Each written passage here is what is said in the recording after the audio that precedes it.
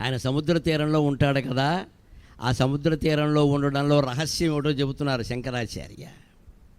యదా సన్నిధానం గతామానవామే భవాబ్ధే భవాంభోధిపారం గతాస్తే తదైవ ఇతి వ్యంజయన్ సింధుతీరేయాస్తే తమీడే పవిత్రం పురారాతిపుత్రం.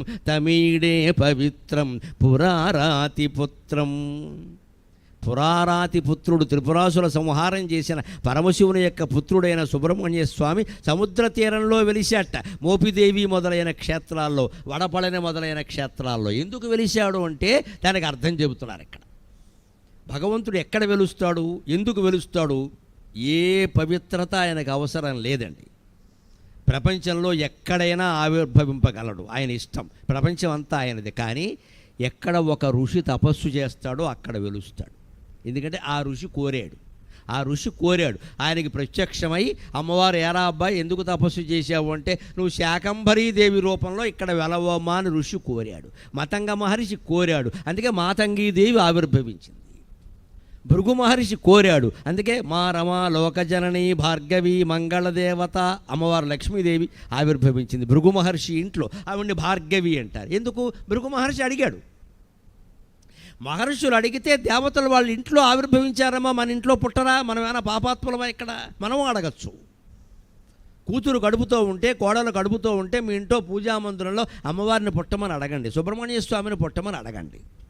అంతేగాని మా వంశ ప్రతిష్ఠ నిలబెట్టాడు. బోడి వంశం అందేం సూర్యవంశం చంద్రవంశం కాదు ఇక్కడ. ఇది స్వార్థం. మళ్ళీ ఇక్కడ ఏమిటి ఈ వంశం? ఇక్కడ బోడి నీ ఆస్తి, ఇంతేనా? దేవతలు పుట్టాలని కోరుకోవాలి, మన కోరికలు కూడా కోరడం చేత కాదు. దిక్కుమాలిన కోరికలన్నీ కోరడం ఇక్కడ. ఆ కోరేది ఏదో పై స్థాయి కోరదా, బాగా ఇచ్చే దాత దొరికినప్పుడు ₹1 కోటి ఇమ్మని అడగాలి. కానీ ఈ పూటకి ₹2 ఇవ్వండి అంటే ఏంటా దరిద్రం, ఏదో ₹2 వాడేందుకు? భగవంతుడిని ఏం అడగాలి? మోక్షం అడగాలి, జ్ఞానం అడగాలి. నువ్వే మా కడుపున పుట్టవయ్యా అని అడగాలి. ఈ తర్వాత ఆయన చూసుకుంటాడు. అందుకని కోడలైనా కూతురైనా కడుపుతో ఉంటే అత్తగారు లేదా తల్లి పూజామందిరంలోకి వచ్చిన, అమ్మా నువ్వు మా అమ్మాయి కడుపున పుట్టు, మా కోడలు కడుపున పుట్టు, లేకపోతే రామచంద్రమూర్తిని మా అబ్బాయి కడుపున పుట్టు అని కోరాలి. జరిగినా జరగకపోయినా కోరిక బాగుంది కదండి, ఈ సంతోషం మనకు సంతోషంగా ఉంది కదా. ముందు అసలు ఏమో జరగచ్చునేమో, ఏమో గుర్రం ఎగరావచ్చు, ఎవరొద్దన్నారు? భగవంతుడు అలా పుడతాడు, అలా ఆవిర్భవిస్తాడు. ఎక్కడైనా సరే ఆయన ఎందుకు వెలుస్తాడు అంటే ఇందుకే. కానీ కవులు దానికి వ్యాఖ్యానం చేస్తారు. శంకరాచార్య వ్యాఖ్యానం చేస్తున్నారు. సముద్ర తీరంలో ఎందుకున్నాడంటేట, యదా సన్నిధానం గతామానవామే, నా సన్నిధానానికి వచ్చారు అంటే భవాంభోధిపారం గతాస్తే తదైవ, ఏ రోజైతే ప్రత్యేకించి నా దర్శనం కోసం సముద్ర తీరంలో ఉన్న నన్ను చూడడానికి వచ్చారో వారి సంసారం అనే సముద్రాన్ని దాటేసినట్టే లెక్క అన్నట్ట. సంసారాన్ని కూడా సాగరం అంటారు కదా. ఎందుకంటారు? సాగరం అనగానే దుఃఖం అనుకోకండి, పొరపాటు. సాగరంలో కేవలం చెడ్డవి లేవండి, మంచివి కూడా ఉన్నాయి. తక్కువ లేవండి, ఎక్కువ కూడా ఉన్నాయి. నత్తగొల్లలు అన్నీ ఉన్నాయి సముద్రంలో, చేపలు ఉన్నాయి, రత్నాలు మాణిక్యాలు కూడా ఉన్నాయి కదండి సముద్రంలో. క్షీరసాగర మథనం చేశారు కదా. పగడాలు ఉన్నాయి, కోరల్ ఫెర్రీ అంటారు. మొత్తం పగడాల దీవులు సముద్రంలో ఉన్నాయి. ఇప్పటికీ పగడాల దీవులు, మనం పెట్టుకునే పగడాలు అక్కడే దొరుకుతున్నాయి. అచ్చమైన పగడం అక్కడే ఉంటుంది, రంగురాళ్ళు ఎక్కడైనా దొరుకుతాయి. అంచేత పగడాలు, ముత్యాలు, రత్నాలు, వజ్రాలు, వైడూర్యాలు భూమి అట్టడుగున ఉన్నాయి, సముద్రంలో ఉన్నాయి. అంటే సంసార సాగరం అంటే అర్థం సంసారం దుఃఖమని కాదు. రత్నాలు పగడాలు కూడా ఉన్నాయి, చేపలు తిమింగలాలు కూడా ఉన్నాయి. ఏం చేస్తాం? సంసారంలో దుఃఖాలు ఉన్నాయి, సుఖాలు ఉన్నాయి. అంచేత ఏం చేయాలి? క్షీరసాగరాన్ని మధించినట్టే సంసార జీవితాన్ని మధించాలి. దుఃఖం వచ్చింది ఎలా తీసుకోవాలి, సుఖం వచ్చింది ఎలా తీసుకోవాలి. సుఖం రాగానే ఓ పొంగి బోర్లా పడి పార్టీలు చేయొద్దు. అదే మన డబ్బులు అయిపోవడానికి, అప్పుల పాలవడానికి మూల కారణం. కాస్త ఏదో ఇంట్లో పిల్లకో మనకో ఏదో ఒక శుభం జరగగానే వెంటనే పార్టీ, 10 లక్షలు ఖర్చు ఇక్కడ. పైగా బయట ప్లాస్టిక్ కుప్ప, చెత్త. ఇదేం చేయాలి? పర్యావరణం పాడైంది, రాజమండ్రి అంతా పాడు చేసావు, నీ పరువు పెరిగింది, ఇక్కడ పెద్ద పార్టీ జరిగిందని దేశం నాశనమైంది. పోనీ ఆ తాతగారినో ఈ తాతగారినో అమ్మమ్మనో మామనో పిలవడం, బంధుమిత్రుల్ని పిలవడం, కాస్త కలిసి భోజనం చేయడం, 4 ముక్కలు చెప్పుకోవడం కాదు, ఊళ్ళో అందరినీ పిలవాలి. ఇదే ఈ అనవసరపు ఖర్చులే మానుకోవాలి. ఏం జరిగినా దాన్ని ఆ సుఖాన్ని ఎలా తీసుకుంటావు మంచిదే, తర్వాత ఏం చేయాలి ఆలోచించుకో. అలాగే దుఃఖం వచ్చింది, ఎవరి దగ్గర చెప్పొద్దు. భార్యాభర్త రాత్రి 4 గంటలకు లేవాలి, తెల్లారకట్ట శుభ్రంగా మొహం కడుక్కుని ఫిల్టర్ కాఫీ తాగేయాలి, ఇద్దరు బాల్కనీలో కూర్చోవాలి, చందమామ కాంతి పడుతూ ఉండాలి. అప్పుడు కూర్చుని ఏం చేద్దామంటావు, అమ్మాయి తప్పటడుగు వేసింది కదా ఏం చేద్దాం అంటే మగాడికి తెలియని ఉపాయం కూడా ఆడది చెప్పేస్తుంది వెంటనే. దాని సంగతి మీకేం తెలుసు, నాకు తెలుసు అని. ప్రాయేణ గృహిణీనేత్రాహ కన్యార్థేషు కుటుంబిన అంటాడు కాళిదాసు కుమార సంభవంలో అంటాడు. అమ్మాయిల విషయాలు మగాళ్ళకి తెలియదు, ఆడాళ్ళకే బాగా తెలుస్తాయి. అబ్బాయిల విషయాలు మగాళ్ళకి బాగా తెలుస్తాయి. ఎందుకంటే వీడు అమ్మని కాక పట్టేస్తాడు, వీడు అమ్మని ఇలా పట్టేసుకుంటే నా కొడుకు శ్రీరామచంద్రమూర్తి అమ్మో బయటికి వెళ్ళి అడుగమ్మా తెలుస్తుంది. ఎక్కడ తండ్రి నేను చెప్పామనుకో, నువ్వు అలాగే అంటావులే నాకు తెలుసు మన వాళ్ళ సంగతి, ఆయన చూశాడు. మగపిల్లల సంగతులు మగవాళ్ళకి ఎక్కువ తెలుస్తాయి, ఆడపిల్లల సంగతులు తల్లికి ఎక్కువ తెలుస్తాయి. అందుకని ఆడపిల్లతో ఒక సమస్య వస్తే తల్లితో ఆలోచించాలి, ఏం చేద్దాం. ఆవిడ నెత్తి మీద భారం పెట్టేయకూడదు, ఆలోచించాలి. అదే జీవితాన్ని తీసుకోవడం అంటే సుఖాన్ని ఎలా తీసుకోవాలి, దుఃఖాన్ని ఎలా తీసుకోవాలి, సమస్యను ఎలా పరిష్కారం చేసుకోవాలి. లేదు ఒక 6 నెలలు కర్మ అయితే అనుభవిద్దాం, మాట్లాడకుండా అనుభవిద్దాం, ఎవరికీ చెప్పద్దు. తర్వాత ఏం చేయాలి, ఏం జరగాలో అదే జరుగుతుంది. కాలం ఏది నిర్ణయించిందో అది జరుగుతుందండి. ఇది తేలిక భావానికి రావాలి. ఇదే భవాంబోధిపారం గతాస్తే తదైవ. ఈ జీవితం అనే సాగర తీరానికి వారు చేరినట్టే. సముద్ర తీరంలో ఉన్న నా దగ్గరికి వస్తే సుబ్రహ్మణ్య స్వామి ఎందుకనంటే ఆ విగ్రహాన్ని చూస్తే కాదు, ఇక్కడ బ్రహ్మజ్ఞానం పొందితే అంతా ఒక్కటే అనే జ్ఞానం పొందితే సుఖము దుఃఖము రెండూ ఒకటే. ఏ పిల్లలు మన గుండెల్ని చిన్నతనంలో ఎక్కి గుండెల మీద తంతు ఉంటే అప్పుడే తంతున్నాడు కూడా, నా ముద్దు అడుగులు ఎంత బాగున్నాయో అన్నవాడే రేపు 22 ఏళ్ళు వచ్చాక నిజంగా పెడీమంత అంతాడమ్మా ఖచ్చితంగా. ఈ తన్ను తీసుకున్నట్టే ఆ తన్ను తీసుకోవాలి. ఇలా అనుకున్నాం అలా జరిగింది ఏమిటంటే ఇలా అనుకోబట్టే అలా జరిగింది, ఇలా అనుకోకుండా ఉంటే అలా జరిగేది కాదు. చిన్నప్పుడు లీలలన్నింటినీ లీలగానే తీసుకోవాలి. పెద్దయ్యాక ఎలా ఉంటాడో ఎవరికీ తెలియదు. ఆ భావానికి సిద్ధంగా ఉండాలి. అంతేగాని మనం ఇలా పెంచాం కాబట్టి ఇలాగే ఉంటారు అలా జరిగే గ్యారంటీ లేదండి. పిల్లల్ని కన్నాం కానీ వాళ్ళ తలరాతల్ని మనం కనలేదమ్మా. వాడికి రోజు దశరథుడు రాముడిని కనేటప్పుడు ఇంట్లో ఉంటాడనే కనాడు, మరి 14 ఏళ్ళు అడవులకు పోయాడు, ఏం చేస్తాడు ఇక్కడ. గౌతమ బుద్ధుడిని శుద్ధోధనుడు కనేటప్పుడు మహారాజుగా ఉండాలని జాతకం చెప్పినా సరే నమ్మకుండా ఓ గదిలో పెట్టి బంధించాడు, అందుకే పరిపేడు బెందరాళ్ళే. ఎవరు చెప్తారు, ఎవరి జాతకాలు ఎవరు చెప్తారు ఇక్కడ. ఇదే భవాంబోధి. ఆ భవాంబోధి పారం చేరాలి అంటే బ్రహ్మజ్ఞానం పొందాలి. అదే సుబ్రహ్మణ్య దర్శనం. అందుకని ఓసారి మోపిదేవో ఇంకో వడపడనో వెళ్ళాము అంటే బ్రహ్మజ్ఞానం పొందామో అని ఆలోచించాలి. కానీ నేను నెలలా మోపిదే వెడతానని మొత్తుకున్నా, నీకు విసుగు ఆయనకి విసుగు మానయి. ఇదే పనికి మాలిన పని అంటే. ఎందుకు నెలలా వెళ్ళడం పని లేక, నెలలా తిరుపతి వెళ్ళడం, 60 లడ్డూలు పట్టుకురావడం. నాకు కాబట్టి 60 దొరికే, ఇందులో బ్లాక్లో కొన్నాడు. అమ్మినవాడికి బుద్ధి లేదు, వీడికి బుద్ధి లేదు. ఇది మళ్ళీ అందరికీ పంచి పెడతాడు దీన్ని. ఎందుకంటే గొప్ప చెప్పడానికి నేను నెలలా వెడుతున్నా. ఏమిటి వెళ్ళేది ఇక్కడ, ఎందుకు వెళ్ళి ఏం చేసావు ఇక్కడ. తిరుపతిలో గర్భగుడిని ఆనంద నిలయం అంటారు. నీ ఇల్లు ఆనంద నిలయం అయిందా? అవనప్పుడు నెలలా దేనికి వెళ్ళడం, డబ్బులు దండగా. ఊరికే క్షేత్రాలు తిరగడం, 12 పుష్కరాలు తిరగడం, 12 సార్లు తిరగడం, ఈ దిక్కుమాల లెక్కలన్నీ మానేయాలి. వెళ్ళి ఏం చేశాం, చూసి ఏం చేశాం, పూజ చేసి ఏం చేశాం, చదివి ఏం చేశామని ఆలోచించాలి ఇంటి దగ్గర ఖచ్చితంగా. అప్పుడు బ్రహ్మజ్ఞానం కలుగుతుంది. అందుకని ఒక్కసారి నా దేవాలయానికి వచ్చి నన్ను దర్శనం చేసుకుంటే సంసార సాగరాన్ని ఈదినట్టే. ఎందుకంటే ఆయనకి నమ్మకం ఏమిటంటే మనం ఇంటికి వచ్చి ఆలోచన చేస్తాం. ఇతి వ్యంజయన్ అలా చెప్పడం కోసమే సింధు తీరే యాస్తే, సముద్ర తీరంలో ఏ మహాత్ముడు ఆవిష్కరింపబడి ఉన్నాడో, అక్కడ ప్రతిష్ఠ చేయబడి ఉన్నాడో, అవతరించి ఉన్నాడో అటువంటి స్వామికి తమీడే పవిత్రం పురారాతి పుత్రం. ఇంకో మాట కూడా చెబుతున్నాడు సముద్ర తీరంలోనే. ఎందుకున్నాడంటేట యథాబ్ధే స్తరంగా లయం యాంతి తుంగ, యథాబ్ధే స్తరంగా లయం యాంతి తుంగ, తథైవాపదస్సంతి సేవతాం మే, తథైవాపదస్సేవతాం మే. యథాబ్ధే స్తరంగా లయం యాంతి తుంగ, తథైవాపదస్సేవతాం మే, తథైవాపదోయాంతి సేవతాం మే, తథైవాపదోయాంతి సేవతాం మే. ఇతి ఓర్మి పంక్తి నృణం దర్శయంతం ఇతి ఓర్మి పంక్తి నృణం దర్శయంతం సదా భావయే ఇతి ఓర్మి పంక్తి నృణం దర్శయంతం సదా భావయే చిత్ప్రభాభావమీడే సదా భావయే హృత్సరోజే గుహంతం సదా భావయే హృత్సరోజే గుహంతం. సముద్రానికి చేరిన తరంగాలను మీరు గమనించండి. ఎప్పుడైనా బీచ్కి వెళ్ళినప్పుడు పచ్చిమిరపకాయ బజ్జీలు కొనేసి తీసుకుని కూర్చోవడం కాదు అక్కడ, లేకపోతే అక్కడ సెల్ఫీలు దిగి ఫోటోలు దిగి చేయడం కాదు ఇక్కడ. ఎంతసేపు ఫోటోలు దిగుతాం మనం. ఫోటోలు దిగితే వచ్చే నష్టం ఏమిటో తెలుసా? ఆ దృశ్యం మీ మనస్సులోంచి పోయిందమ్మా. పరమ దురదృష్టవంతులు ఫోటోలు తీస్తున్నారంటే. ఒక దృశ్యం మన మనస్సులో ఉండాలంటే ఫోటో తీయకూడదు, ఎప్పుడూ దాన్ని గుర్తు చేసుకుంటే ఉంటుంది. ఎప్పుడు గుర్తొచ్చినా వస్తుంది. ఏ ఆల్బమ్ తిరగెక్కల్లా, ఏ ఫోను కెలకెక్కల్లా నీ మనస్సులో ఉంటే. మన మనస్సులో ఉంచందాను. ఫోటో తీసేసి దాన్ని వెంటనే నొక్కి వాట్సాప్, బొట్టన వేలు చిటికిన వేలు, like dislike, I got 100 likes. దేనికి పని లేక ఇక్కడ అంటే గొప్ప గొప్ప చెప్పుకోవాలి.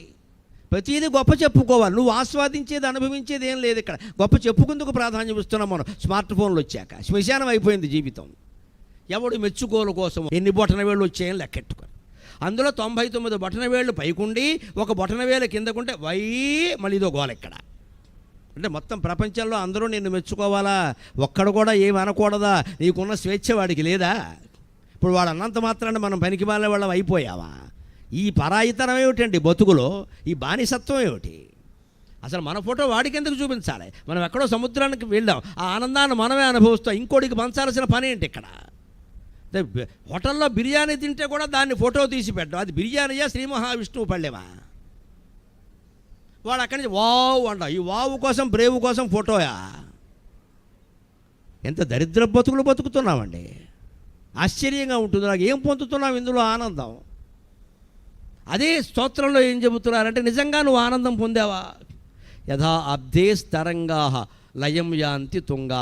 అబ్ధి తరంగాలు ఎంత పెద్దగా ఎంత పైకి ఎగసి ఉవ్వెత్తుపడి వచ్చినా సరే చూడవయ్యా, నా గుడి దగ్గరికి వచ్చేసరికి ముడుచుకుపోతున్నాయి నమస్కారం చేస్తున్నాయి. ఆ సాగర తరంగాలు ఎంత ఎత్తుగా ఉన్నా సరే అవన్నీ ముడుచుకుపోయి మడతలు పడి తీరానికి వచ్చి వంగిపోతున్నాయా లేదా? అదే రకంగా నీ జీవితంలో ఆపదలన్నీ నా మీద ఉండే భక్తి తొలగిస్తుంది. నన్ను నమ్ము అని చెబుతున్నాడు సుబ్రహ్మణ్య స్వామి. ఖచ్చితంగా తథైవ ఆపద. అదే రకంగా మన జీవితంలో ఉండే ఆపదలన్నీ ఆయన తొలగిస్తాడు. ఈ తరంగాలన్నీ ముడుచుకుపోలా. తరంగం ఇలా ఎగసి పడుతుంది. ఎంత పెద్ద తరంగమైనా కానీ, ఎంత ఎత్తుకైనా ఎగరని పడుతుందా లేదా? ఎంత కష్టమైనా రాని వెళ్ళిపోతుందమ్మా. కష్టం ఎప్పుడు వెళ్ళిపోవడానికే వచ్చింది. కష్టాలు ఆర్టీసీ బస్సులు లాంటివి. నా చమత్కార భాషలో చెప్పాలంటే కష్టాలు ఆర్టీసీ బస్సులు లాంటివి. ఆర్టీసీ బస్సు స్టాండ్లోకి వచ్చింది అనుకోండి. గోకవరం బస్ స్టాండ్లో ఒక బస్సు వచ్చింది. ఎంతసేపు ఉంటుంది? 5 నిమిషాలు ఉంటుంది, అంతకుమించి ఉండదు. ఉండే బస్సు అయితే డిపోలో ఉంటుంది, స్టాండ్లోకి రాదు. స్టాండ్లోకి వచ్చిందంటే వెళ్ళిపోతుంది, అంతే కదా. మన జీవితంలో కూడా కష్టం వచ్చిందంటే 5 నిమిషాల్లోనో 5 రోజుల్లోనో 5 నెలల్లోనో వెళ్ళిపోతుంది. అది వెళ్ళిపోవడానికి వచ్చింది, అది ఉండడానికి రాలా. అంటే వస్తే సంతోషించాలి. అమ్మయ్య వచ్చేసింది, వెళ్ళిపోతుంది, గొడవలు. రాదనుకో, వస్తుందని ఎవరో జాతకం చెప్పేవాడు చెప్పారనుకో, నీకు త్వరలో ఏళ్ళనాడిసే విడుదల, వీడికి 3 నెలల ముందే రోగం వస్తుంది. అందుకే ముందెప్పుడు జాతకాలు అడగకూడదు. అది మంచి వార్త అయితే పర్వాలా, చెడ్డ వార్త అయితే ముందే బెంగట్టుకుంటాం. ఇక్కడ పోనీ మనం జాగ్రత్త తీసుకోవచ్చు. వాళ్ళు ఏం చెబుతారు పాపం చెప్పేవాళ్ళు? 6 నెలల్లో కొంచెం నీకు ప్రమాదం జరిగే అవకాశం ఉందయ్యా, జాగ్రత్తగా ఉన్నప్పుడు జాగ్రత్తగా ఉండాలి. బెంగట్టుకుంటే అలాగా? బెంగట్టుకుంటే అది ముందే వస్తుంది. ఈ మనస్సు మీద ఆధారపడి ఉందంతా. జ్యోతిష్యం తెలుసుకోవడం తప్పు కాదు, మనస్సులో జాగ్రత్త పడు, అంతే సరిపోయింది. ప్రమాదం అని చెప్పారు. ప్రమాదం అనగానే కంగారు పడిపోకల్లా. కాలు తెగినా ప్రమాదమే, వేలు తెగినా ప్రమాదమే. వేలు తెగచ్చు కదా, కానీ ఖచ్చితంగా చెబుతున్నా భగవద్భక్తి పట్ల అపారమైన విశ్వాసంతో కాలు పోతుందని జాతకం చెప్పినా సరే సుబ్రహ్మణ్య స్వామి నామాన్ని మానకుండా జపిస్తే చిటికెన వేలు గోరు పోతుందమ్మా, అంతకంటే ఏం కాదు. భక్తి ప్రభావం అంత గొప్పది, భక్తి ప్రభావం అంత గొప్పది. సమస్త మోక్ష సాధన సామగ్రియాం భక్తిరేవ గరీయసి అని చెప్పారు శంకరాచార్య. జీవితాన్ని చక్కదిద్దుకోవడంలో, మోక్షం పొందడంలో భక్తిని మించినటువంటి సాధనమే లేదు. అంటే జాతకాలు ఎలాగైనా ఉండేయండి, దాన్ని మనమేం మార్చలేము. మన మనస్సును మార్చుకోగలం కదా, మన మనస్సులో నామస్మరణ చేయగలం కదా. మీరు ఇష్టదైవంగా ఎవరిని నమ్ముకున్నారో వారినే స్మరించండి, ఏమైంది? అని ఇతీయోర్మి పంక్తి రుణాం దర్శయంతి. ఆ సముద్ర తరంగాలను చూడండి, ఆ ఊర్మి పంక్తులు ఎలాగ అంత ఎత్తు ఉన్నవి కూడా నా దగ్గరికి వచ్చేసరికి భయంతోనో భక్తితోనో ముడుచుకుపోతున్నాయి కదా. మీ జీవితంలో ఆపదలు కూడా నన్ను స్మరిస్తే అలాగే ముడుచుకుపోతాయి, అలాగే ముడుచుకుపోతాయి. ఎందుకు కంగారు పడుతున్నారు? ఒక్క భగవద్భక్తి ఉంటే ఇంకా ఏది మనకు ఉండక్కల.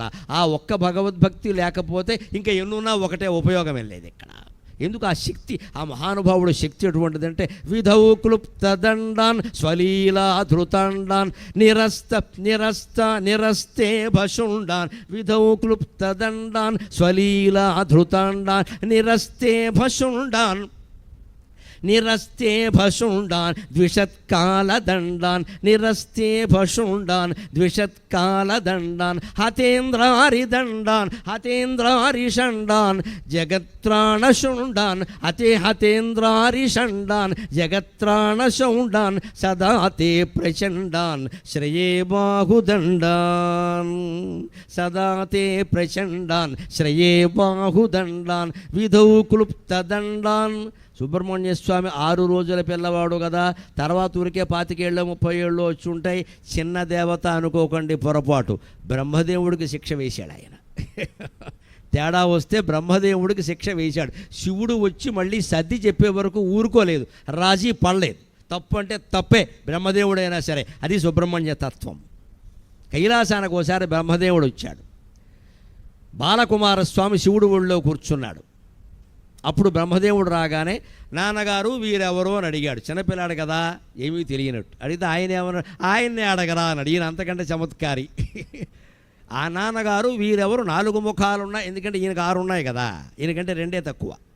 నేను నాతో సమానం అవుదామని చూస్తున్నాడా ఏమిటి ఈయన ఎవరంటే వారినే అడగరా, నన్ను ఎందుకు అడుగుతావు అన్నాడు. పిల్లాడు కదా, టక్కుమని తండ్రి ఒళ్ళోంచి దూకి నువ్వెవరయ్యా అన్నాడు. నేను బ్రహ్మదేవుణ్ణి అన్నాడు. నీకు బ్రహ్మజ్ఞానం ఉందా అన్నాడు బ్రహ్మదేవుణ్ణి. అది ఈయన పరిస్థితి. ఈయన గొప్పతనం ఏమిటంటే అది పుట్టగానే బ్రహ్మజ్ఞానంతో పుట్టాడు. అందుకని వెంటనే అడిగాడు, ఏమిటి ఇక్కడ బ్రహ్మదేవుడు అంటే అర్థం ఇక్కడ, నీకు బ్రహ్మజ్ఞానం ఉందంటే ఉంది, అయితే ఏమిటి చెప్పన్నాడు. అహం బ్రహ్మాస్మి అన్నాడు. ఓహో అలాగా, నువ్వే బ్రహ్మవా, నువ్వే దేవుడువా, దేవుడికి 4 ముఖాలు ఉంటాయా, ఒక ముఖం సరిపోదా, నీకు బ్రహ్మజ్ఞానం లేదు పో అని తన 12 బాహువులతో బ్రహ్మదేవుడిని బంధించి కైలాసంలో చెరసాల్లో పెట్టాడు. పురాణంలో ఉండే కథ. తోసుకుని వెళ్ళిపోయి మాట్లాడలేకపోయాడు బ్రహ్మదేవుడు. ఇది చూసి శివుడు వచ్చి, నాయనా కుమార, ఇంత ఊరికే పెద్దవాళ్లతో తగాదా, పనికిరాదురా, నీకున్నా కూడా వారికి ఉండాలని లేదురా, ఆయనకి ఏముందో నీకేం తెలుసు అని సర్ది చెప్పి బ్రహ్మదేవుడిని మన పిల్లాడిని ఆశీర్వదించమని కోరి వస్తే, ఆయన పుట్టిందే బ్రహ్మజ్ఞానంతో పుట్టాడయ్యా. నేను పుట్టాక చాలా ఏళ్లకి సృష్టి చేసి అనేక కల్పాలు అయిపోయాక నేను బ్రహ్మజ్ఞానం పొందాను. ఆయన పుట్టుకతోనే బ్రహ్మజ్ఞానం పొందాడు. అందుకని సుబ్రహ్మణ్య స్వామి నాకంటే ఘనుడే అని బ్రహ్మదేవుడు స్వయంగా అంగీకరించాడు.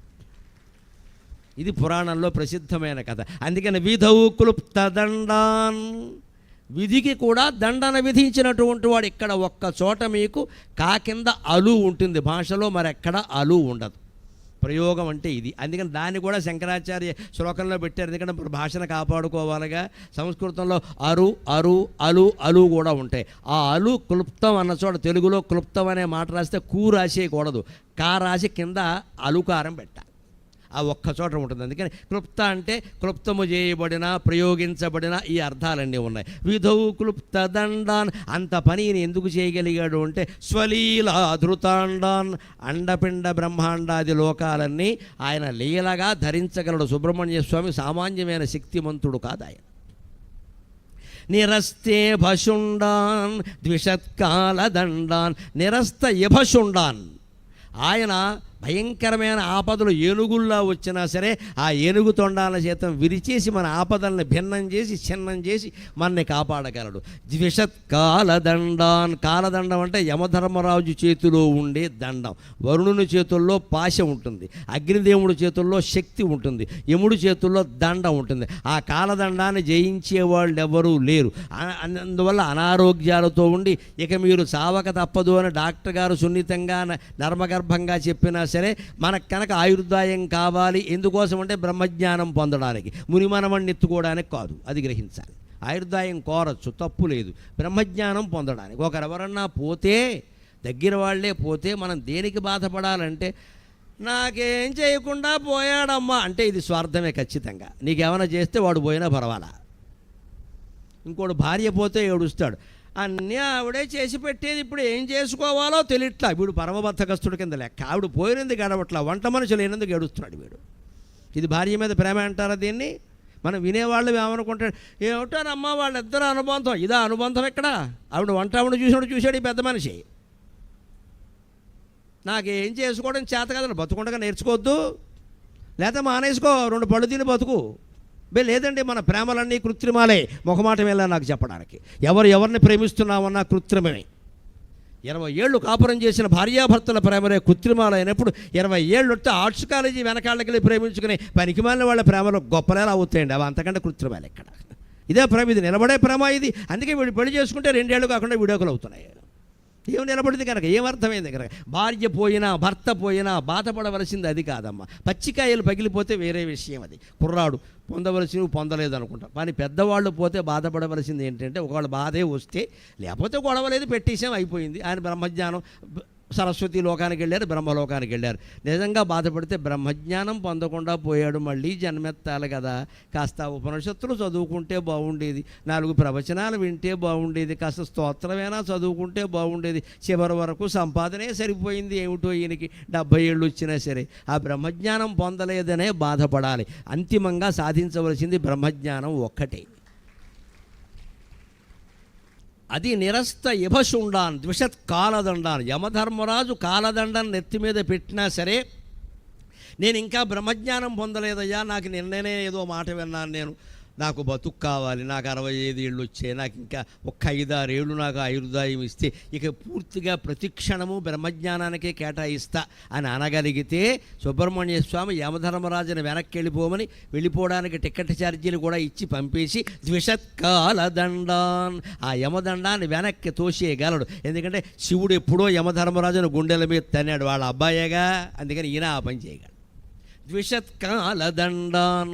అంతేకాదు, ఇంకా ఆయన చేయగలిగినవి ఏమిటయ్యా? జగత్రాణ శౌండాన్, హతేంద్రారిషండాన్. ఇంద్రుడికి శత్రువులంటే రాక్షసులు. రాక్షసుల మొత్తాన్ని భేదించగలిగిన వాడు, రాక్షస సంహారం చేయగలిగిన వాడు. అలాగే ద్విషత్కాల హతేంద్రారిషండాన్ జగత్రాణ శౌండాన్. ఈ జగత్తును మొత్తం రక్షించడానికి శౌండం అంటే సమర్థుడు.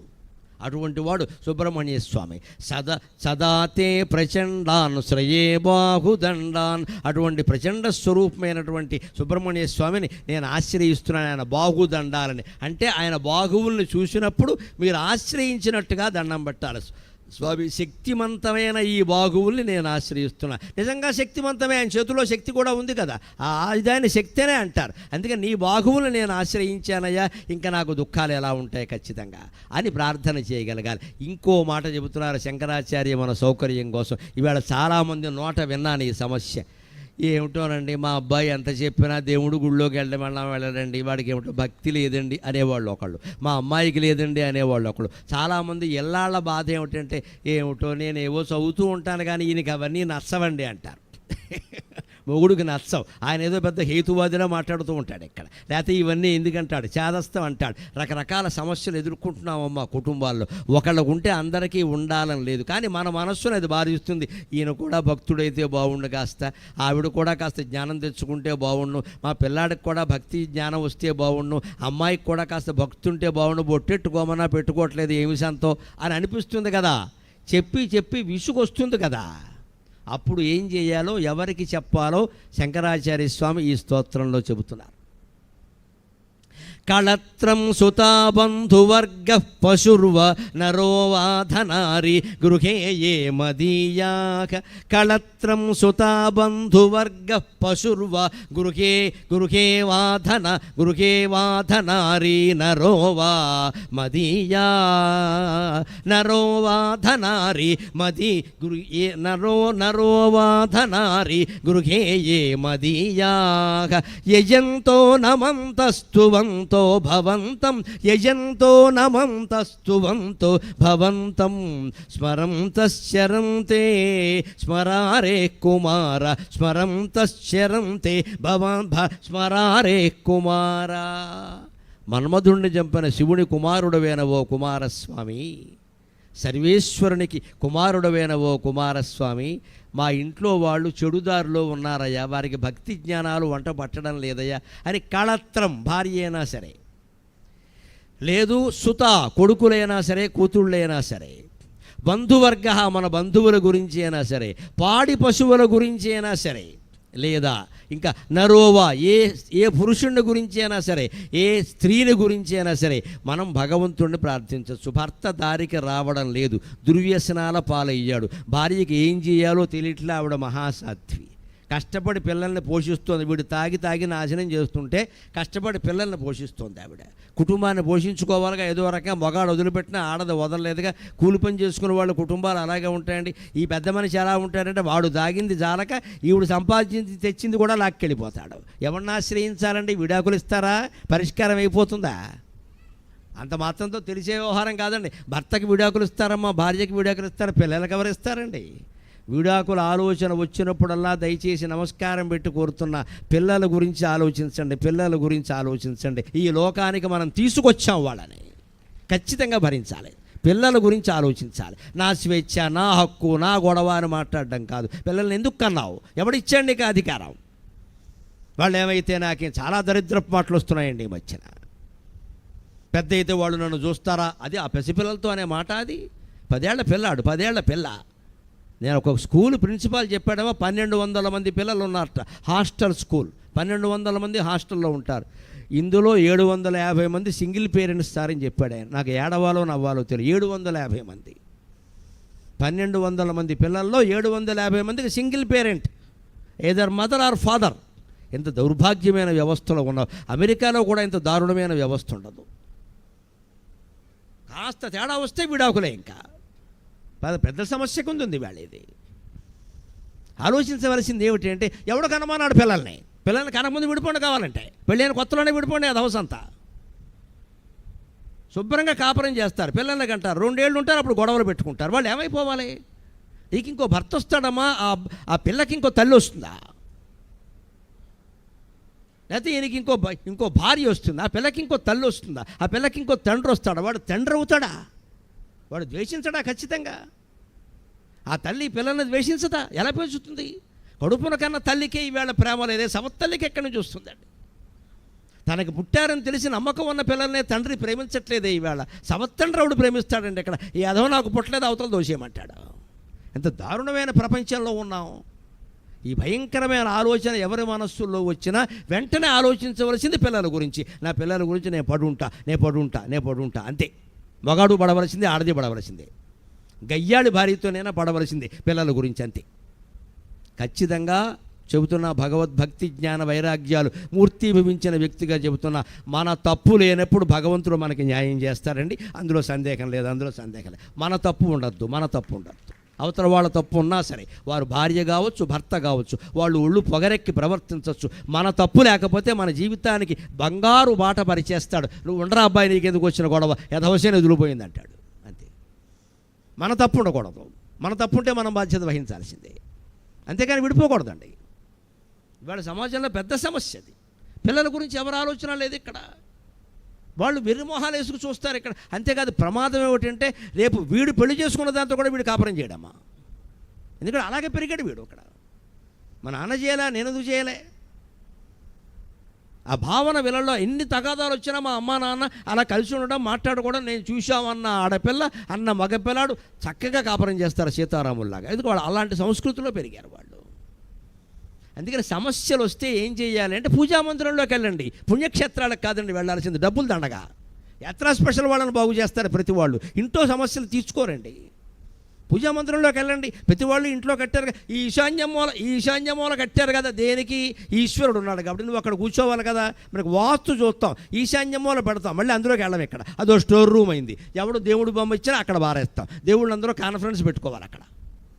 వాళ్ళ మొహాన్ని 4 పువ్వులు బారేయడం, 4 రోజులైనా తీయకపోవడం. ఎందుకంటే మంగళవారం తీయకూడదు, శుక్రవారం తీయకూడదు. నువ్వు కూడా అలాగే పెట్టుకో, తీయకుండా తలలో చూద్దాం. ఇక్కడ తీయని దాని ఎందుకు పెట్టావు? అక్కడ పని లేకుండా. దేవుడికి చిక్కగా ఉండదు ఈ పువ్వులన్నీ, తీసేయాలి వెంటనే. మంగళవారం ఏంటి, శుక్రవారం ఏంటి పెట్టిన పువ్వులు తీయడానికి? సెంటిమెంట్లు అన్నీ పెట్టుకుని దేవుడిని బాధ పెట్టాం. అక్కడ నిజంగా దేవుడు ఉన్నాడు అనుకుంటున్నావా, లేడు అనుకుంటున్నావా? ఉన్నాడు అంటే తీసేయాలి, లేడు అంటే అక్కడ పెట్టడమే అనవసరం. లెక్క ఒకటే. ఏదో ఒక వాదన ఉండాలి కదా. అక్కడ దేవుడు ఉన్నాడు అని మీరు భావిస్తే ఖచ్చితంగా దేవుడు ఎప్పుడూ శుభ్రంగా ఉండాల్సిందే. దేవుడు విగ్రహాన్ని తడపడం ముఖ్యం, తడిగుడ్డతో తోడవడం ముఖ్యం, శుభ్రంగా ఉంచడం ముఖ్యం, అలంకారాలు చేయడం ముఖ్యం కాదండి. దుమ్ము పట్టకూడదండి దేవుడు విగ్రహాలకి. పట్టిందంటే అది మంగళవారం లేదు, శుక్రవారం లేదు, ముందు అన్ని పనులు మానేసి దేవుడు విగ్రహాలు తోడవాలి. వారానికి ఒకసారి తొడవాలనే నియమం పెట్టుకోవాలి. ఒకవేళ సెంటిమెంట్ ఏదైనా ఉంటే అది లేని రోజునే తొడవండి. ఏదో ఒక రోజు మనం పెట్టుకోవచ్చుగా. వారానికి ఒకసారి ఖచ్చితంగా అన్ని పనులు మానేసి మనం స్నానం చేసి శుభ్రంగా తుడిచేసి అవసరమైతే మళ్ళీ స్నానం చేస్తాం, లేదా చేతులు కడుక్కుంటాం. ఏమైంది? ఇవన్నీ మానేసి ఇంకా ఏదో ఎక్కడికో వెళ్ళిపోవడం. అక్కడ కూర్చో, దేవుడికి దండం పెట్టు, అదే చెబుతున్నాడు ఇక్కడ. కళత్రంవా సుతోవా బంధువర్గోవా పశుర్వా నరోవా నారీవా, ఎవరైనా సరే యజంతగా నీ పూజ చేసేలాగా, నమంతగా నీకు నమస్కరించేలాగా, స్తువంతగా నిన్ను కొనియాడే విధంగా, భవంతం ఎప్పుడూ నిన్ను పూజించేలాగా, ఎప్పుడూ నిన్ను కొనియాడేలాగా, ప్రశంసించేలాగా, నీకు నమస్కారం చేసేలాగా, అంతేకాదు స్మరంతగా ఎప్పుడూ నిన్ను స్మరించేలాగా ఖచ్చితంగా ఆ పని చేయగలిగిన వాడివి నువ్వు ఒక్కడివేనయ్యా సుబ్రహ్మణ్య స్వామి అన్నాడు. అంచేత భార్యలో తేడా ఉన్నా, భర్తలో తేడా ఉన్నా, పిల్లల ప్రవర్తనలో తేడా ఉన్నా, మీ ఇంట్లో పూజామందిరంలో కంటే ప్రతి సమస్యకి అక్కడ పరిష్కారం ఉంది. పూజామందిరం కేవలం మామూలు గది కాదు, అన్ని గదులు లాంటిది కాదు. దయచేసి పూజామందిరాన్ని బాత్రూములా సన్నగా కట్టకండి, దరిద్రం అంటారు దాన్ని. అక్కడ కుటుంబ సభ్యులు అందరూ కూర్చొని సత్యనారాయణ వ్రతం చేసుకున్నంత వీలుగా ఉండాలి. ఎప్పుడైనా చేసుకుంటే అక్కడే చేసుకోవాలి. మళ్ళీ దీనికి హాలు బుక్ చేసి మొత్తం అన్నవరం వెళ్ళిన దానికి 10 రెట్లు ఖర్చు పెట్టాం ఇక్కడే. ప్రతిదానికి బుకింగ్. నీ పూజా మందిరం ఏమైంది ఇక్కడ? అక్కడ నువ్వు పట్టవు, మీ ఆవిడ పట్టవు. ఎందుకంటే ఇద్దరు సోఫాకి సరిపడా పెరిగారు. ఏం చేయమంటావు ఇక్కడ? ఏవి పనులు చేయడం మానేసి అన్నింటికి వంటకో మనిషి పెంటకో మనిషి పెట్టేసి మనం బాగా లావు అయ్యాం. ఇక్కడ ఇంకా కూర్చోవడానికి కుదరదు, అందుకని హాలు బుక్ చేస్తాం ఇక్కడ. మళ్ళీ అదో తద్దినం ఇక్కడ. నీ పూజా మందిరం ఉన్నది దేనికి? నువ్వు వ్రతం అక్కడ చేయవు, తండ్రికి తద్దినం అక్కడ పెట్టవు, ఏం పెట్టవు ఇక్కడ. ఆ పూజా మందిరంలో కూర్చోవాలి, దేవుడితో తెలుసుకోవాలి ఖచ్చితంగా. నీకు పద్యం చెప్పడం కాకపోతే మాటలో చెప్పవు, మా మాటలో మరింత పవర్ఫుల్గా చెప్పొచ్చు, శక్తివంతంగా. ఏమయ్యా నేనేం తప్పు చేశా, నేను తప్పు చేయకుండా ఉన్నా, నా ఇంట్లో ఇలా ఎందుకు జరిగింది అని దేవుణ్ణి ప్రశ్నించే హక్కు ప్రతి భక్తుడికి ఉంది. ప్రతి భక్తుడికి ఉంది. మనకు భక్తి ఉండాలి.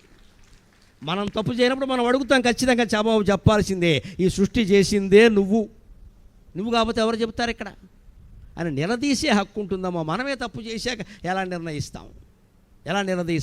ఆ చిత్తశుద్ధి ముఖ్యం. నేను మొదట ఏ మాట చెప్పానో ఆ మాటతోనే ముగుస్తున్నా. ఆ చిత్తశుద్ధి కావాలి. నువ్వు తప్పు చేయకుండా ఉంటే దేవేంద్రుడు సైతం కోర్టులో నిలబెట్టచ్చు.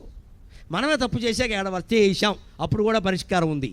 తలుపేసేయండి, చెడతేసేయండి, ఎవరిని రానివ్వకండి. భార్య వద్దు, భర్త వద్దు, ఎవరొద్దు. నిజమేనమ్మా, పొరపాటు, బుద్ధి చాపల్యం కొద్దీ చేశాం, బుద్ధి గడ్డి తిని చేశాం. మీ ఇంట్లో మీరు నమ్ముతున్న ఇష్టదైవం కాళ్ళ మీద పడండి, కన్నీళ్లతో అభిషేకం చేయండి.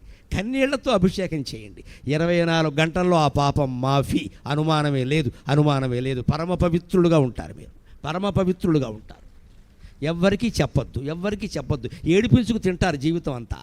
భర్తకు కూడా చెప్పొద్దు, భార్యకు కూడా చెప్పొద్దు, పిల్లలకు అసలే చెప్పొద్దు. ఏడిపించుకు తింటారు జీవితం అంతా. ఈవేళ వింటారు, నీ తప్పు నువ్వు ఒప్పుకున్నావు గొప్పదానం అంటారు. రేపు ఏడిపించుకు తింటాడమ్మా, దెప్పేస్తాడు ఖచ్చితంగా. చెప్పకూడదు. జీవితంలో కొన్ని రహస్యాలు ఎప్పుడూ చెప్పకూడదు, కాష్టంలోనే కాలిపోవాలి అవి. మనం ఒప్పుకున్నాం కదా, దేవుడి ముందు ఒప్పుకున్నాం, ఇంకోటి ముందు ఒప్పుకోవాల్సిన అవసరం లేదు ఇక్కడ. మళ్ళీ చేయకూడదు, ఒకటే లెక్క. నిజంగా పశ్చాత్తాపం పడ్డాం, దేవుడు కాళ్ళు అట్టుకున్నాం, ఒప్పేసుకున్నాం, ఇంకా చెయ్యను, తప్పు చేశాను, నిజమే, ఇది మోసమే, ద్రోహమే, తప్పే, దొంగతనమే, నన్ను క్షమించు, ఇంకా చేయనంటే 24 క్షణాల్లో అది పోయినట్టే లెక్క. అంత గొప్పదేం కాదు పాపం ఎక్కడ ఏడిపించుకు తినడానికి. అంత క్షోభపడిపోక్కల. మనం పాపాత్మలం అని మరి ఏ మతమేనా చెబుతుందేమో నాకు తెలియదు. నే పాపిని అంటూ హిందూ మతం మాత్రం చెప్పదండి. అమృత పుత్రులం మనమంతా, పుణ్యాత్ములం మనమంతా. మన పాపాత్ములం అన్న ప్రశ్న లేదు అక్కడ. యదన్నాత్ కురుతే పాపం తదన్నాత్ ప్రతిముచ్యతే, యద్రాత్రియాత్ కురుతే పాపం తద్రాత్రియాత్ ప్రతిముచ్యతే. ఋత్విక్ల సాక్షిగా చెబుతున్న రోజూ చదువుకునే మంత్రం బ్రాహ్మణులు ఇది. రాత్రి చేసిన పాపం రాత్రే పోయింది, పగలు చేసిన పాపం పగలే పోయింది. నేను అమృతపుత్రుడిని ఏం చెబుతోంది వేదం. భయపడవలసిన అవసరం లేదు హిందువులారా, భయపడవలసిన అవసరం లేదు. నిర్భయంగా నిస్సంకోచంగా భగవంతుడి పాదాలు ఆశ్రయించండి. అందుకోసం ఇక్కడ కుటుంబ సభ్యులతో సమస్య వచ్చినా సరే వారిని అందరినీ పూజారులుగా, భక్తులుగా, స్తోత్రం చేసేవారుగా చేయగలిగిన శక్తి భగవంతుడికి ఉంది ఖచ్చితంగా. ఆ భగవంతుడిని మనం ఆశ్రయిద్దాం. చివరిగా ఒక్క మాటతో నేను సెలవు తీసుకుంటా. సుబ్రహ్మణ్య స్వామి యొక్క అసలైన రూపాన్ని చూడాలి అని మీకుంటే ఖచ్చితంగా జీవితంలో ఒక యాత్ర మాత్రం చేయండి, వీలైతే వడపళని వెళ్ళండి. వడపళని తమిళనాడులో గొప్ప పుణ్యక్షేత్రం, అక్కడికి వెళ్ళండి. ఎందుకు అంటే అక్కడ సుబ్రహ్మణ్య స్వామి గోచి పెట్టుకుని ఉంటాడు, బాలసుబ్రహ్మణ్య స్వామి గోచి పెట్టుకుని ఉంటాడు. అంతేకాదు ఆయనకి ప్రీతి ఏమిటంటే కడవలతో అభిషేకం చేస్తారు, కుండలతో. కుండలు కుండలు కుండలు కుండలు నీళ్లు పోసేస్తుంటే గుళ్ళోంచి బయటకు వచ్చేస్తూ ఉంటాయి, నిత్యము అభిషేకమే. నేను ఎప్పుడో 15 ఏళ్ల క్రితం ఎప్పుడో వెళ్ళినప్పుడు నాకు ఆ తత్వం చాలా అర్థమై అనుభూతి చెంది పద్యం వెళ్ళాను. దాంతో నేను సెలవు తీసుకుంటా. ఏం వైభవం, ఏం వైభవం! ఒక్క హిందువులకి తప్ప ఇన్ని విభిన్న రూపాల్లో బ్రహ్మజ్ఞానం పొందే అవకాశం మరొకరికి ఉందా? భారతీయులుగా పుట్టడం, అందున హిందువులుగా పుట్టడం ఎంత అదృష్టం అండి. ఏమి గోచి పెట్టుకున్నావయ్యా? వాచాగోచరమైన తత్వము జగద్వ్యాకోచమూలము శ్రీ ప్రాచీనాగమ తత్వబోధక మహాపాండిత్యమున్. వాచాగోచరమైన తత్వము జగద్వ్యాకోచమూలము శ్రీ ప్రాచీనాగమ తత్వబోధక మహాపాండిత్యమున్ క్షీరసద్రీచీనం బగు దివ్యతత్వము క్షీరసద్రీచీనంబగు ఆ ఆర్ద్రచిత్తము సముద్దీప్తంబుగాదేయటన్. క్షీరసద్రీచీనంబగు ఆ ఆర్ద్రచిత్తము సముద్దీప్తంబుగాదేయటన్. గోచీ పెట్టిన దివ్యతత్వమును, ఈ గోచీ పెట్టిన దివ్యతత్వమును సంకోచింపకన్ మ్రొక్కెదన్. గోచి పెట్టుకుని బాలసుబ్రహ్మణ్య స్వామి ఎందుకుంటాడు అంటే వాచాగోచరమైన తత్వం. ఒరే అరుణాచలం వెళ్ళి రమణ మహర్షి గోచి ఎందుకు పెట్టుకున్నాడో ఒక్కసారి ఆలోచించరా? భక్తులు పట్టుబట్టలు ఇస్తానన్నా కట్టుకోలేదే ఆయన, 70 ఏళ్ళు అలాగే బతికాడే గోచీతోటి. దేనికి ఆయనకి లేక ఏమీ మిగలదు జీవితంలో. మనం గోచి లేకుండానే వచ్చాం. ఆ గోచి కూడా ఆయన ఎందుకు పెట్టుకున్నారంటే ఈ భక్తులు తక్కువ వాళ్ళు కాదు, ఆ గోచి కూడా పెట్టుకోకపోతే అలా చూస్తూ కూర్చుంటారు అంతే. ఇంకా అదో విచిత్రంగా అక్కడో సెల్ఫీ దిగుతాడు కర్మ. ఇది భరించలేక లోకాన్ని నుంచి తప్పుకోవాలి కాబట్టి ఆ మాత్రం వస్త్రం కట్టుకున్నాడు. లేకపోతే అది కూడా తీసి పారేసేవాడు. తీసేయడమే, సుఖమహర్షి తీసేసాడు కదా, త్రైలింగస్వామి తీసేసాడు కదా, తాజుద్దీన్ బాబా తీసేసాడు కదా, వాళ్ళు మహాయోగులు కాదా? జైనంలో ఉండే సన్యాసులు ఇప్పటికీ పూర్తి దిగంబరంగా ఉంటారు, సభల్లో కూడా పాల్గొంటారు. వారు సన్యాసులు కాదా, మహానుభావులు వాళ్ళు. రమణ మహర్షి ఎందుకు అంటే అదో లోకం తీరిది, మనం ఏదో లోక మర్యాదను అనుసరించి కొంతైనా పాటించకపోతే ఈ యథవసంత ఎక్కువైపోతుంది ఇది అని పాపం గోచి పెట్టుకున్నాం. అంతకు దివ్యతత్వం ఇంతకు మించి నీకు మిగిలేది ఏం లేదు, ఇంతకు మించిన వస్త్రం కూడా అవసరం లేదు. వాచాగోచరమైన తత్వము జగద్వ్యాకోచమూలము. వాక్కులకు కనిపించదు ఆ తత్వం, కానీ జగత్తంతా వ్యాపించిన తత్వం అది. మన వాక్కుకి అంతది. ఎందుకు 2 గంటల పాటు మాట్లాడామంటే ఇంతకంటే ఏం చేయలేం కాబట్టి అంతే. ఇంతకంటే ఏం చేస్తాం? నాకు చేతనైన విద్య వాక్కు, భగవంతుడు నాకు ఇచ్చింది వాక్కు. ఆ వాక్కుతోనే భగవతత్వాన్ని అర్థం చేసుకోవాలి. దీంతో తెలుస్తుందంటే ఏం చెబుతాం ఆ విషయాన్ని? ప్రాచీనాగమతత్వబోధక మహాపాండిత్యమున్. ప్రాచీనమైన ఏ శాస్త్రం యొక్క తత్వాన్ని సూక్ష్మంగా గ్రహించాలంటే సుబ్రహ్మణ్యోపాసనను మించింది లేదండి. పండితులు ఉండగా చెబుతున్నా, మీకు బుద్ధి వికసించాలి అంటే, ఏదైనా విద్య తొందరగా రావాలంటే సుబ్రహ్మణ్యోపాసన చేయండి. ఎందుకంటే శర్వవర్మ అనే పండితుడికి, గుణాఢ్యుడు అనే పండితుడికి క్రీస్తు పూర్వం 1వ శతాబ్దంలో హాల శాతవాహనుడి ఆస్థానంలో తగాదా వచ్చింది, సంస్కృతం నేర్పడం ఎలాగా అని. నేను రాజుగారికి సంస్కృతం నేర్పాలి అంటే కనీసం 10 ఏళ్ళు పడుతుంది అన్నాడు గుణాఢ్యుడు. శర్వవర్మకి ఆయనతో ఉండే ద్వేషం కారణంగా అబద్ధం 6 నెలల్లో నేర్పుతానన్నాడు. ఆయనకి తెలుసు పడుతుందని, కానీ పౌరుషానికి అనేసాడు. అవతలవాడి మీద పోటీతోడు వేలం పడబడినట్టు నేను 6 నెలల్లో నేర్పుతా. వెంటనే గుణాఢ్యుడు అన్నాడు, 6 నెలల్లో నువ్వు హాల శాతవాహనుడికి సంస్కృతం నేర్పగలిగితే నేను నాకు వచ్చిన భాషలన్నీ వదిలేసి నా గ్రంథాలన్నీ దగ్ధం చేసి అడవుల్లోకి వెళ్ళి బతుకుతా మాట్లాడకుండా అని చెప్పాడు గుణాఢ్యుడు. ఆశ్చర్యకరం, శర్వవర్మ పంతం నెగ్గింది. 6 నెలల్లో హాలరాజుకు సంస్కృతం నేర్పాడు. ఏం చేశాడో తెలుసా? ఇంటికి వెళ్ళి సుబ్రహ్మణ్య స్వామిని ఆరాధించాడు. ఆయన ఎలవేల్పు కుమారస్వామి. లోపలికి వెళ్ళి ఆ విగ్రహం కాళ్ళు పట్టుకుని సభలో అనేసా, గుణాఢ్యుడి మీద ద్వేషంతో అనేసా, ఇదివరకు వాళ్ళకి మాకు పడదు ఆ శత్రుత్వంతో అనేసా, నా మాట నిలబెట్టు అంటే వాగ్వాదిని వామకేశి ఇవన్నీ మండలవాసిని.